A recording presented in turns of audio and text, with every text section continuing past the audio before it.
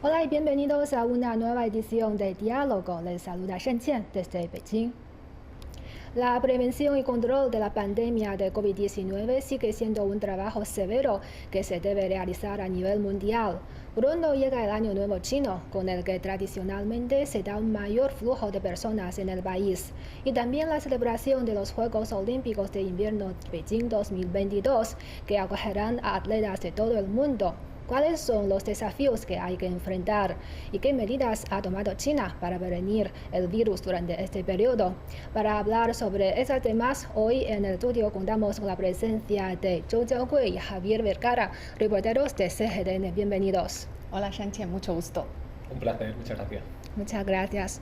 Bueno, sabemos que desde el principio del año 2020, para hacer frente a la repentina pandemia de COVID-19, el gobierno chino creó una plataforma que se llama el Mecanismo Conjunto de Prevención y Control del Consejo de Estado. ¿Conocen este mecanismo y cómo ha estado funcionando, Javi?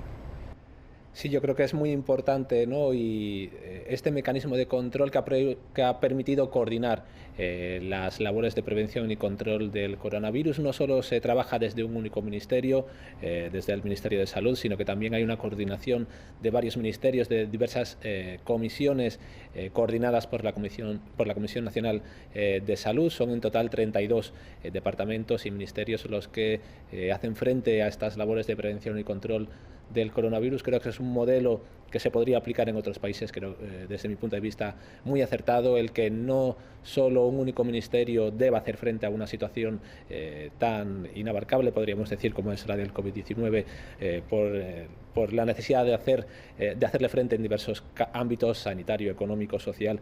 Creo que es muy acertado cómo se pueden coordinar, dividir las responsabilidades, algo también para hacer el trabajo más eficiente.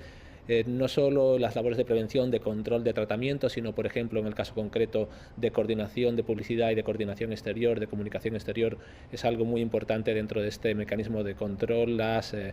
Cómo se puede coordinar China para informar sobre, en un principio, sobre la situación y luego cómo se ha coordinado para colaborar con los organismos internacionales como la Organización Mundial de la Salud y también cooperar con otros países. Creo que es muy importante, y también el apoyo logístico, otro de los departamentos encargados, otro de las funciones que se encarga este mecanismo de control es este apoyo logístico tan necesario, sin duda al principio también con la dificultad y de la escasez de la cadena de suministro, y como también sigue siendo también vital una vez más, y ha quedado demostrado la necesidad de optimizar los procesos logísticos en todos los aspectos, y como no en concreto con la lucha de la COVID-19. Creo que por tanto este mecanismo de control, de coordinación de varios ministerios y comisiones es realmente acertado y se puede aplicar también en otros países y regiones.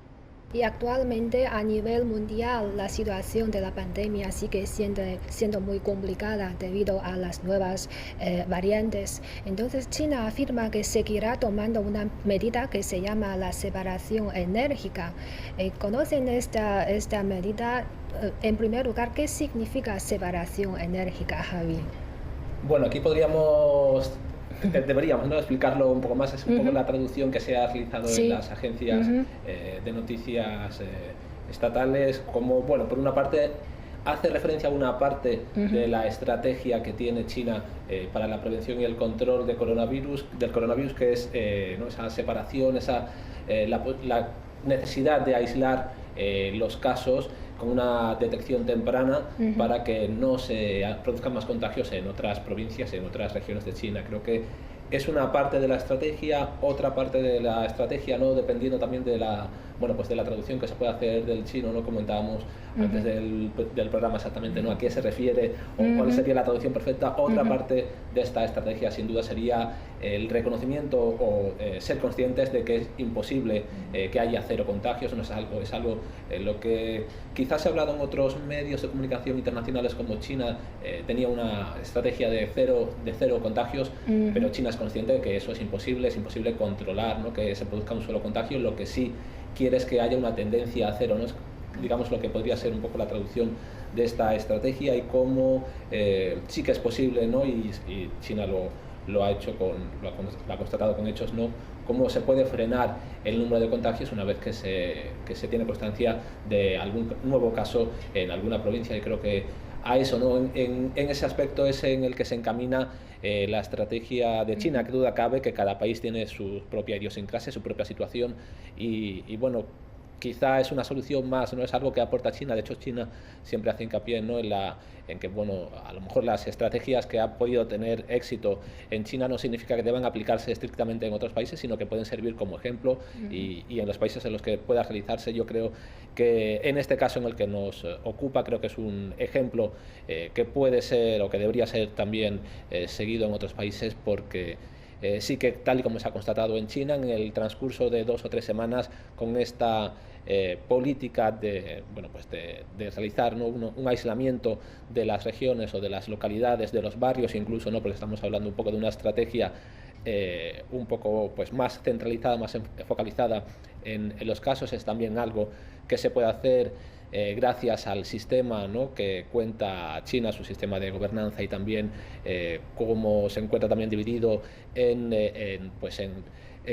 comisiones, ¿no? de seguridad locales, incluso por barrios. Creo que tiene un sistema, una red ya establecida, que le hace mucho más fácil este tipo, ¿no? de aislamientos necesarios en caso de que se produzcan nuevos contagios. Pero bueno, en la medida de lo posible en que pueda funcionar y pueda servir para otros países, es muy importante. Y también China destaca la importancia, y es algo que se puede trasladar a otros países, y la necesidad de aplicar esta estrategia de separación enérgica y de control y prevención en fechas tan señaladas como es el final de año, el año nuevo, según el calendario tradicional, y el año nuevo chino, la fiesta de la primavera, que se va a producir en aproximadamente, bueno, pues a final de enero.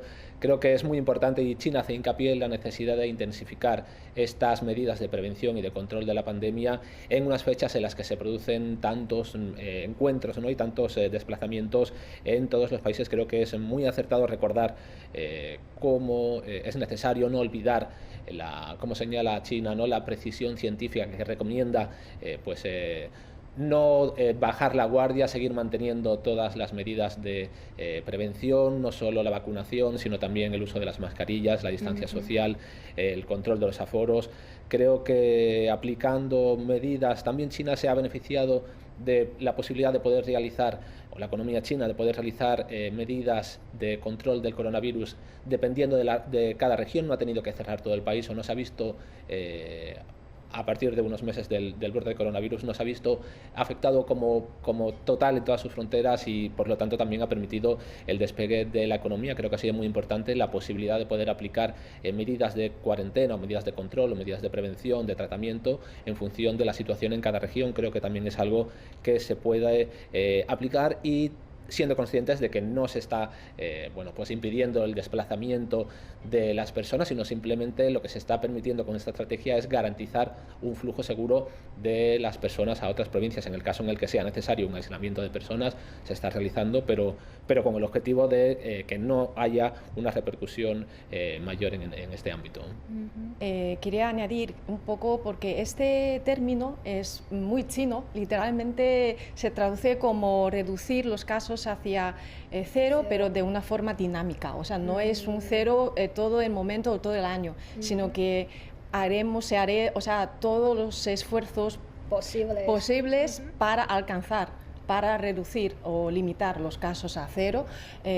Yo creo que es un resumen de todos los esfuerzos, todas las medidas concretas que se han adoptado desde el mismo principio del brote del nuevo coronavirus en el país, y también se hace hincapié en la integración de todos los recursos al alcance del gobierno, de la sociedad y de todas las comunidades, como para lograr esta meta. Y luego yo creo que hay dos palabras clave para esta política, que es la eficiencia, como ya has dicho tú, la eficiencia, y luego la precisión, ¿no? Porque al mismo tiempo que toman las medidas para el control, para poner bajo control el virus, es importante también asegurar la movilidad, el flujo de los viajeros dentro del país, y asegurar el bienestar del pueblo. Eso también es un aspecto que cabe destacar. Y con la regularidad de estas medidas, China ha logrado una victoria en la etapa de prevención y control de la pandemia. ¿Y cuáles creen que son las razones, Javi?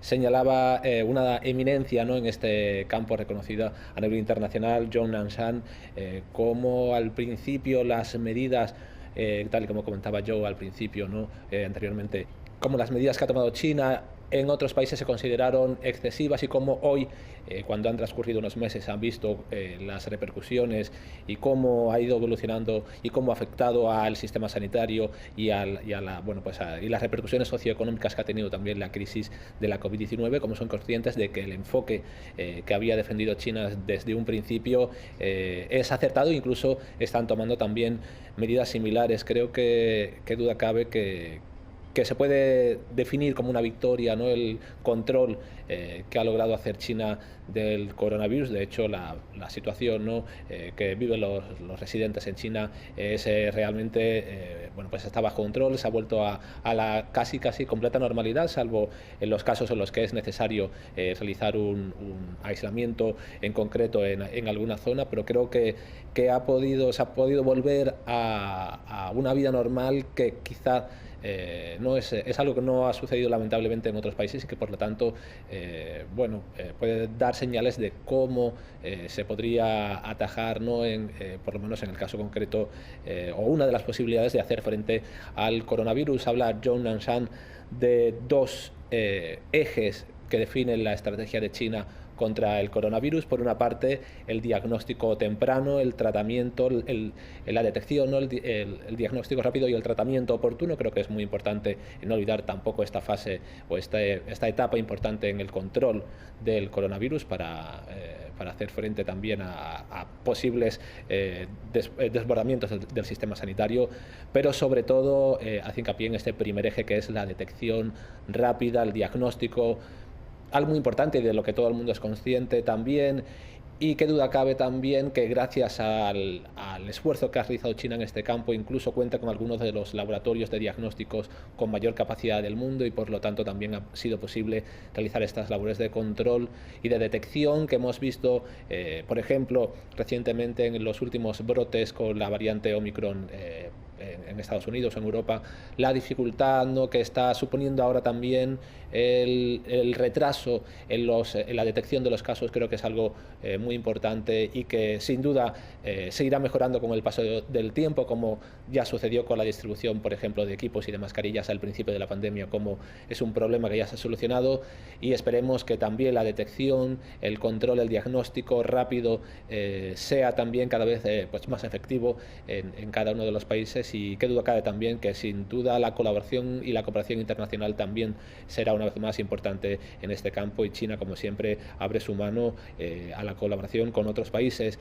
Este sería el primer eje, la detección temprana, el diagnóstico rápido, y el segundo eje es la vacunación, que es algo que se recomienda, no es algo que solo apuesta o defiende China, sino que recomienda la Organización Mundial de la Salud y muchos organismos internacionales, la necesidad de cómo la vacunación es una de las medidas que va a hacer posible hacer frente, es una de las herramientas de las que disponemos para hacer frente al coronavirus. Es algo en lo que China ha apostado y en lo que también la población ha participado activamente. Ya debemos tener en cuenta que China tiene una población de 1.400 millones de personas, que ha distribuido ya 2.000 millones de dosis y que cerca de 1.200 millones de personas tienen ya 2 dosis. También hay que recordar la exportación de vacunas y la cooperación que ha hecho China, tanto en vacunas como en el envío de personal médico, como comentaba Joe, o también en el envío de medicamentos o de equipos médicos a otros países. China ha exportado 2.000 millones de dosis de vacunas, es el país que más ha exportado vacunas del mundo. Luego le sigue la Unión Europea con unos 900 millones y Estados Unidos con alrededor de 300 millones, y por lo tanto muestra también que China no solo está consiguiendo hacer frente con una estrategia a nivel interno, sino que también coopera con los países en vías de desarrollo y también con el resto de países que necesiten también hacer frente al coronavirus y que no tengan las herramientas o las posibilidades de hacerlo. Sí, yo creo que también hay otros factores que son más prácticos que han llevado a este país a tener éxito en esa lucha contra la COVID. Por ejemplo, como hemos venido comentando, se ha adoptado unos enfoques muy, digamos, muy correctos, muy científico, integral y metódico, ¿no?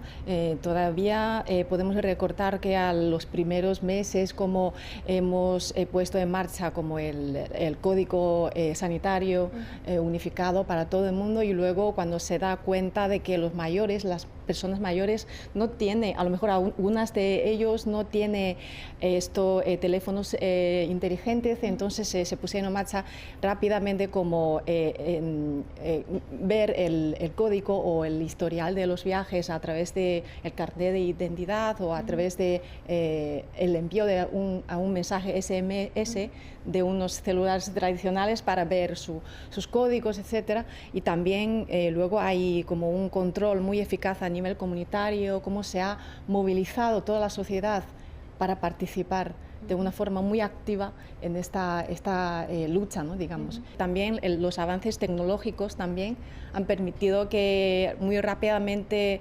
instaláramos cámaras para tomar temperatura, como para el reconocimiento facial, como para agilizar los accesos, los viajes, etc. Yo creo que también estos son razones que más al fondo, ¿no? Que tenemos como para llegar hasta aquí, para poder llevar a cabo esta política estricta o esta tolerancia cero contra el COVID. Sí. Y además de los trabajos que han mencionado ustedes, a lo largo de estos 2 años China ha estado trabajando duro en la prevención y el tratamiento del coronavirus y también en el desarrollo de vacunas y medicamentos contra esta COVID-19. ¿Y cómo creen que ha contribuido estas investigaciones científicas que ha realizado China en la lucha global contra la pandemia, Javi? Yo creo que ha sido muy importante, ¿no? Lo hemos mencionado previamente, cómo China desde el primer momento puso, ¿no?, en conocimiento la información de la que disponía cuando surgió el brote de coronavirus, también qué tratamientos estaba realizando y cuáles estaban teniendo éxito. Pudo identificar rápidamente el genoma del coronavirus en sus inicios, lo cual fue también vital a nivel internacional para hacer frente al coronavirus. Ha puesto a disposición, como hemos mencionado, sus equipos médicos, sus vacunas. Como señalabas también, los nuevos medicamentos. Creo que es algo muy importante en este aspecto. Cómo se puede, gracias a la cooperación internacional, a la capacidad de investigación de cada uno de los países, poner pues a disposición de otros países, ¿no? Porque qué duda cabe que este medicamento, ¿no?, en concreto estos medicamentos nuevos que está desarrollando China para el tratamiento del coronavirus podrán aplicarse no solo en China sino también en otros países y podrán unirse también a otros medicamentos de otros países que se están realizando en estos momentos. Creo que es muy importante los intercambios, la cooperación que ha hecho China desde el primer momento, cómo ha compartido sus experiencias y aparte el reconocimiento que están teniendo ya también tanto las vacunas como los nuevos medicamentos de China para la prevención y el control y el tratamiento del coronavirus. Desde mi punto de vista se ha producido también una evolución, ¿no?, hacia cómo se ve desde otros países, ¿no?, las vacunas y los medicamentos que ha logrado realizar China con éxito y cómo ya se encuentran también reconocidos no solo por la Organización Mundial de la Salud, sino por un sinfín de países y que por lo tanto también van a ayudar. No es algo que se hablaba, ¿no?, cuando se producían los procesos de vacunación en cada uno de los países y la gente se preocupaba, ¿no?, se preguntaba cuál de las vacunas, qué marca, qué farmacéutica era mejor y desde la Organización Mundial de la Salud recuerdan que no es importante la marca, sino la importancia de estar vacunados. O sea, el que una vacuna tenga un porcentaje algo mayor de prevención de eficacia contra el coronavirus no significa que otra que tenga un porcentaje menor sea menos válida y que el objetivo final para hacer frente o para poder hacer frente al coronavirus es la vacunación del mayor número posible. En este momento, en esa pregunta con respecto a los aportes de los medicamentos chinos, cómo la medicina tradicional china fue muy importante desde un principio y también yo creo que fue muy útil, sobre todo principalmente al principio de la pandemia, cuando no existían todavía medicamentos que pudieran tratar, ¿no? O cuando se estaba todavía probando qué tratamientos eran necesarios para el coronavirus. Creo que la medicina tradicional china, una vez más, bueno, sirvió en este caso en concreto para reducir los síntomas de los pacientes de COVID-19 y cómo China compartió sus conocimientos en estos tratamientos, envió también productos a una centena de países, también equipos médicos para formar a otros profesionales. Creo que es muy importante, ¿no? Cómo China aúna, siendo conscientes, y China lo dijo bueno, desde el principio, que no es el tratamiento único para la COVID-19, sino que es una herramienta más con la que se cuenta para atajar o para aminorar los síntomas del coronavirus. Creo que es algo muy importante, un aporte que solo China ha podido hacer gracias a la eficacia y a la tradición de su medicina tradicional. Sí, yo creo que en resumen esta visión que tiene China para todo el mundo, o sea, ante esta crisis sanitaria, ha sido como compartir, ¿no? Compartir los desarrollos científicos que se ha realizado en China, incluidas las vacunas. Las dos tipos de vacunas chinas ahora ya están en más de 120 países y organizaciones internacionales, porque, como ya ha mencionado Javi, China ha proporcionado más de 2.000 millones de dosis, ¿no?, a estos países y organizaciones, y también, o sea, a las contribuciones ha hecho China a todo el mundo, ¿no?, en este aspecto han sido, o sea, afirmadas y elogiadas por muchos líderes de otros países y muchos como responsables de estas organizaciones. Esto ya es incuestionable, ¿no? Entonces, yo creo que aparte de las vacunas también es muy esperanzador ahora, porque ya tenemos medicamentos aprobados para tratar la enfermedad, ¿no? Hay unos medicamentos aprobados de emergencia en China, que es una inyección para tratar a los casos de los adultos y adolescentes, y a otro tipo de fármacos para tomar, un tipo de antiviral, y también se ha aprobado como para uso de emergencia en 15 países, y también se han enviado 500.000 dosis a otros países, o sea, después de los ensayos clínicos. Entonces, yo creo que también es otro compromiso que ha hecho China, y estamos como cumpliéndolo, ¿no? Una vez que tengamos los medicamentos desarrollados y aplicables a los enfermeros, entonces compartimos, ¿no? Aparte de las experiencias, de los protocolos de la medicina tradicional china, y también, o sea, todos los nuevos avances que hemos tenido en este país lo compartimos. Y cabe mencionar que China sigue aplicando la política de tratamiento gratuito para los pacientes de COVID-19, y eso es solo una de los apoyos financieros por parte del gobierno chino. Entonces, ¿cómo evalúa este apoyo financiero? Sí, desde luego que ha sido muy importante, ¿no? Tanto para hacer frente a los costes que tiene la crisis sanitaria del coronavirus, la posibilidad de realizar diagnósticos, tratamientos, seguimiento y control de manera gratuita. Creo que también es algo muy importante que favorece, como no, el control y la prevención del coronavirus, y bueno, en la medida de lo posible que se pueda realizar algo similar en otros países, qué duda cabe que va a repercutir no solo en la población, sino también en el control del coronavirus. Y también habría que destacar aquí las ayudas que puso en marcha desde un primer momento el gobierno chino sobre todo para las pequeñas y medianas empresas, para los pequeños comerciantes, con también exención de impuestos, con facilidades para los alquileres de locales, también los bonos de consumo que se ha dado a los residentes, o incluso la distribución de alimentos necesarios, alimentos básicos. Y por pronto se celebrarán los Juegos Olímpicos de Invierno Beijing 2022 y este evento acogerá a atletas de todo el mundo. Entonces, ¿qué debemos hacer para garantizar una buena organización de este evento? China, sobre todo las las tres localidades anfitrionas de estas Olimpiadas, yo creo que ya tiene como una base bastante sólida para la celebración de los Juegos, porque, por ejemplo, ahora en China ya tenemos un índice de inmunización superior al 85%, o sea, hasta finales del año pasado, del 2021, y luego tenemos como un circuito cerrado para todos los atletas y todo el personal, voluntarios y los medios de transporte también, o sea, van a trabajar en como un circuito cerrado, y también se requiere que todas estas personas estén vacunadas, y los que no tienen que llegar a China con una antelación de por lo menos 21 días para estar en cuarentena, y luego se harán pruebas de PCR diarias a todos los participantes en este circuito, ¿no?, cerrado.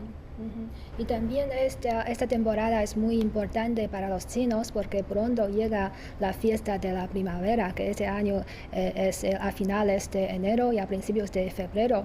Y tradicionalmente los chinos, tras un año de trabajo, regresamos a nuestros pueblos natales para reunirnos con la familia. Sin embargo, este año en muchas provincias se aconseja a los ciudadanos a que se queden en donde trabajan para reducir los posibles viajes y posibles contagios. ¿Y cómo ven estas medidas o consejos?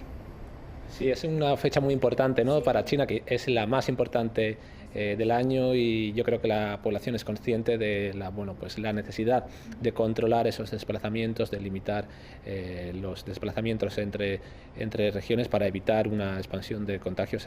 Si se produjera un brote, creo que la gente es consciente de la situación, y que, bueno, a pesar de lo difícil que resulta no poder ver a la familia, ¿no?, en estas fechas tan señaladas, creo que una vez más creo que la población china en este aspecto no es muy consciente, ¿no?, y bueno, es partidaria, ¿no?, y facilita estas labores de prevención, las medidas que pueden hacer frente, ¿no?, a frenar el número de contagios. Creo que también es un modelo, ¿no?, un ejemplo que se puede seguir en otros países. Yo creo que la población está muy concienciada, y bueno, a pesar incluso del reducido número de casos que existe en China, se siguen tomando medidas, la gente sigue utilizando mascarillas. Creo que es, a pesar de la dificultad que supone y de que sin duda se producirán algunos desplazamientos, sí que es verdad que ya se está constatando un menor número de desplazamientos. La gente está realizando quizá viajes dentro de la provincia, impulsando también el turismo local. Creo que una vez más tendrá éxito, ¿no?, esta política de control en una fecha tan señalada como es el Año Nuevo Chino. Esto, quiero añadir que esto no es una obligación, sino una iniciativa, como hacer un llamado al público, a los ciudadanos chinos, que se queden en donde trabajan para pasar estas fiestas. Yo creo que también es importante señalar que este año ya es el tercer año en el que nos vemos afectados por la pandemia, y algunos a lo mejor han llevado 3 años sin volver a su casa, a su pueblo natal, para celebrar estas fiestas. Entonces, oficialmente decimos que no se prohíbe los viajes durante estas fechas, sino que las personas que residen en las zonas de bajo riesgo pueden viajar si quieren, si tienen la necesidad. Entonces, yo creo que las personas se tranquilizan al oír esta noticia, porque por un lado pueden viajar si quieren, y por otro lado tenemos bajo control la situación pandémica, y si las personas que no pueden o no quieren volver, como decía Javi, tenemos muchas alternativas, y ahora con las tecnologías podemos hablar con los amigos y familiares, y tener como videollamadas para celebrar, para pasar los momentos importantes de la fiesta. En fin, a pesar de todas estas dificultades, el país ya está listo para afrontar este periodo de viajes tanto por el Año Nuevo Chino como por las Olimpiadas de Invierno, y esperemos que los atletas puedan recoger el fruto de tantos meses de preparación y sacrificio y que todos tengamos un feliz Año Nuevo Chino. Y así concluimos esta edición de Diálogo. Gracias por sintonizarnos y hasta la próxima.